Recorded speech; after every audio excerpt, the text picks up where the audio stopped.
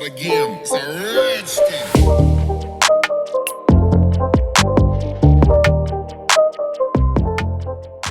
Hi guys, welcome back to the T&K channel where I'll be discussing about the dark truth about K-pop. Although this may be formed as an opinion, it can also come off as a fact.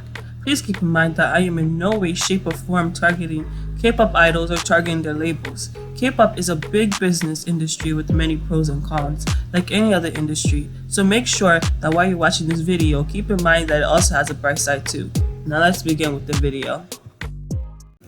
Now, one of the biggest controversies is that idols have been suffering from head loss due to them over dyeing it or bleaching it. Now, I know you guys may be thinking that a lot of them have a head completely full of hair. Yes, of course, not all idols suffer from head loss, depending on which companies they are with.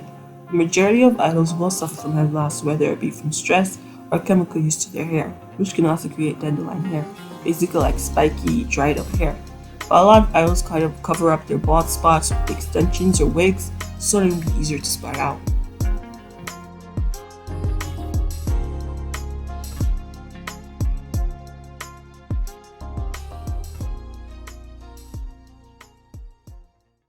Some say that the Korean standard of beauty is one of the hardest to achieve, and I guess in a way, that's kinda true. Big eyes, pale white skin, small moderate nose, and a thin, plump lips. Even Koreans themselves couldn't achieve that look.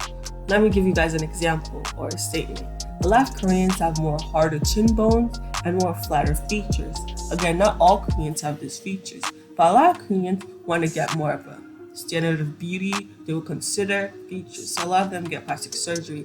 That's why Korea is known for having the most plastic surgery capital ever in the world.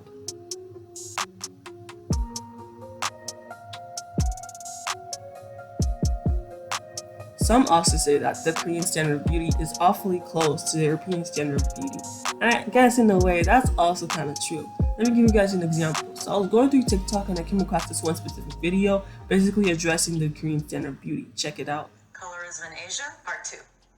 When you look at popular plastic surgery trends like the double eyelid, that eye crease right here, and high nose bridges, you can see the white standard of beauty's grip on society. It started during the Korean War with this guy, who somehow convinced Koreans that their naturally slanted and monolid eyes were unnatural and that they needed to have double eyelids in order to be acceptable. And now we have a society where our natural Asian features are considered ugly and everyone just looks like this. Seriously, I'm Asian and I cannot tell them apart. A lot of Asians have disagreed with me on this because they do think the double eyelid genuinely looks better. But the guy that literally created it did it to try to erase our Asian features to make us look more Western. And I feel like Asians get it because it's almost a one step closer to that Eurocentric feature. And I naturally have my eye folds, but if I didn't, who knows, I might have been brainwashed into thinking I needed them too. As you can see, this all dates back to the Korean War, when the Western started to bring their beauty standards onto the people, stating that their eyes were unusual and a double eyelid would be more quote-unquote prettier.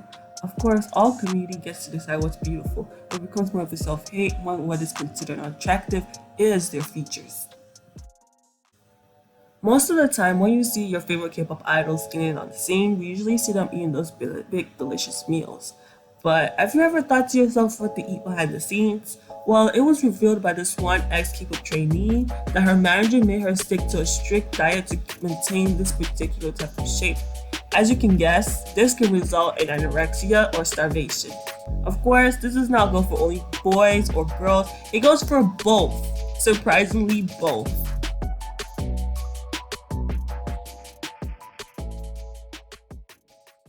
Sadly, racism is still quite dominant in the K-pop entertainment industry, from cultural appropriating Native American culture to participating in blackface, and sometimes even both.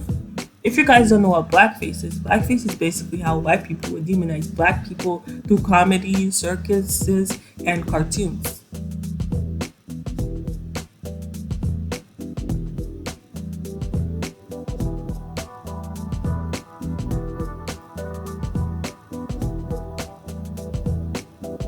Sadly, black people themselves even participate in this type of roles because that's the closest thing they would get to fame.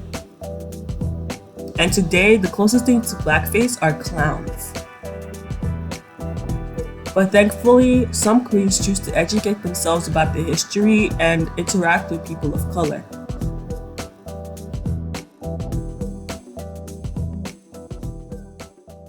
Excuse me, but please don't forget to like, subscribe, and share this video. Thank you guys so much for watching.